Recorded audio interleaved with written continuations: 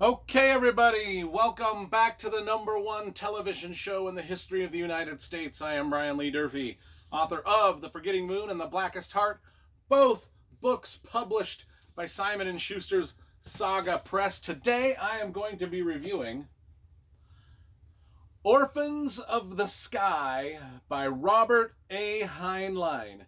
This book was surprisingly good, and it's really thin. It's only about 100 pages. I read it in an hour, and I was riveted to this book for the entire hour. Just an absolute astonishment and awe as I read this thing. Partly because I was astonished and awed because it was written in 1941, and this book, written in 1941, packages more ideas and fantastic ideas into the first 20 pages than most science fiction books that are printed and written nowadays do for the entire book, or for the entire series of books. I mean, this is just phenomenal. So let's talk about the cover first, because you know I love graphic design and cover art. So let's talk about this. It's got an elegant, simple painting of a starship flying through the blue vastness of space with just, our title and author's name wraps around, got the same image on the back. It's just a really good illustration. I don't know, I tried to research to find out who did this cover illustration, couldn't find it. It's not listed anywhere in the book. So whoever did it, good job. I like it. Anyway, came out, this was this was written in two parts, and it was published in two parts in the magazine. It was called Astounding Science Fiction Magazine, and it came out in two parts in different versions of that magazine. And then it wasn't, and that was in 1941. It wasn't until 1963. So this was one of the first things that Robert Heinlein ever wrote. Published in a magazine in two parts. It wasn't compiled into a complete novel until 1963, after Heinlein had already gained some fame and fortune and things like that, and notoriety. Anyway, what happens in this book takes place in the year 2000. Well, it starts in the year 2019 when the Proxima Centauri expedition is sent off into the stars and it's a big generational starship. Okay, it's 5 miles long, 2,000 feet wide, and I don't know how tall it is, but it must be tall because there's talks of various levels to this thing, levels that haven't even been explored. Okay, so this ship gets shot off into the stars, full of people in 2019, and then just a lot of years later, I mean, the ship was considered lost by Earthlings, by people left on Earth. It's just they've never heard from it again, but it's still out there. I mean, and it's generations and generations and generations later, it is still sailing off into space. But the thing is, the people on the starship now have forgotten what the mission was. What are we at? Where are we? I mean, all the people that are born and die and born and die and born and die on this ship. Now we've got people that have spent, and generation after generation of people that have spent their entire life from birth to death on this ship. And they call it a ship, but so much time has passed and so many things have happened that it's almost heresy for them to speak of it as a ship that is flying through space.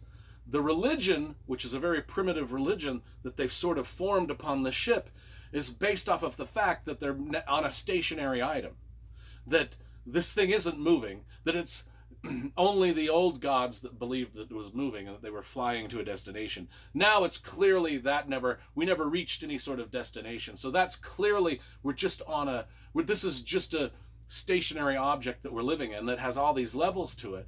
And then there's these things called muties that are sort of living in the secret tunnels and secret compartments of, but they are the offspring and the generations of offspring of the original mutineers of this ship, or this stationary object.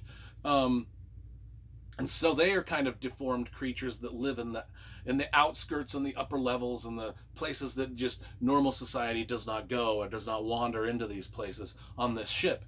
Um, and like I said, it's this ship is bound together by this community is bound together by religion, and the religion is pretty strict. I mean, if babies are born and they're not perfect, they're thrown into this thing that's called the gosh, what was the thing called? The converter. Very ominous. They just call it the converter. You don't want to ever get thrown into the converter, all right? Because it's something on the ship that's called a converter that's basically like, I think it's like an incinerator of some kind, or like the fuel for the ship or something like that. But you don't want to get thrown into that. So there's a lot of weird, creepy, like horror novel type of stuff going on this ship. And people live on different levels of the ship, and different levels have different jobs. Like there's, people are farmers, some of them are prison guards, some of them are police, some of them are teachers, some of them are religious leaders. Now our main character, Hugh, he is assigned to become a scientist. He's kind of surprised that he's assigned to become a scientist because that's not the future he envisioned for himself. But anyway, he's a very adventurous guy. And, the upper levels of the ship are just off limits. I mean, by religious right, you just don't, I mean, the tenets of the religion is we just don't go into the upper levels. There's things up there that are evil. The muties live up in there, just don't go up there.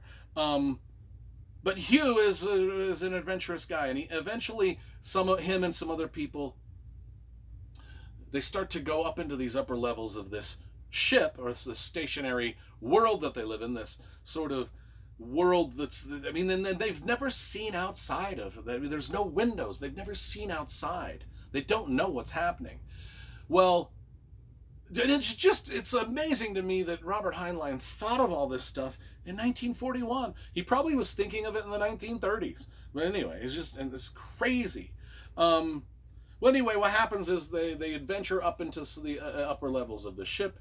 They find the control room, kind of like where the ship has been flying. It's empty, it's vacant. They find different rooms that have different databases that they can, and libraries and such that they can look into and find the real history of this ship. And they start to, oh my gosh, is it real? Are we really on a ship? Is there really a destination that we're supposed to go to? And then they find some windows. Now, I'm not giving away any of the plot here. This is basically all I've said. Is I'm just extrapolating on the things that are here on the back. And I will talk to you. I'll just read it. The universe was 5 miles long and 2,000 feet across. Men scoffed at the legend of such things as stars, or the demented idea that the ship was moving. For the ship was their universe, and there could be nothing outside of it. Then one man found his way to a forgotten room and saw the stars, and the stars were moving. That's pretty much what's on the back. I mean, I hadn't given away, but that's sort of the basis. And once they find out the truth, and they have to, it's just an unbelievably astonishing little book. I was just floored. Probably. And I've probably read and reviewed maybe 6 or 7 Heinlein novels on this channel, and I've liked most of them. This little thing's my favorite so far. It's absolutely wonderful. And I've got probably another 25 or some odd Heinlein novels yet to read for the channel, and we will get to all of them. But I absolutely loved it. Absolutely loved it. An absolute... It's a true wonderment and work of art. That's what this is. And I give it 10 out of 10.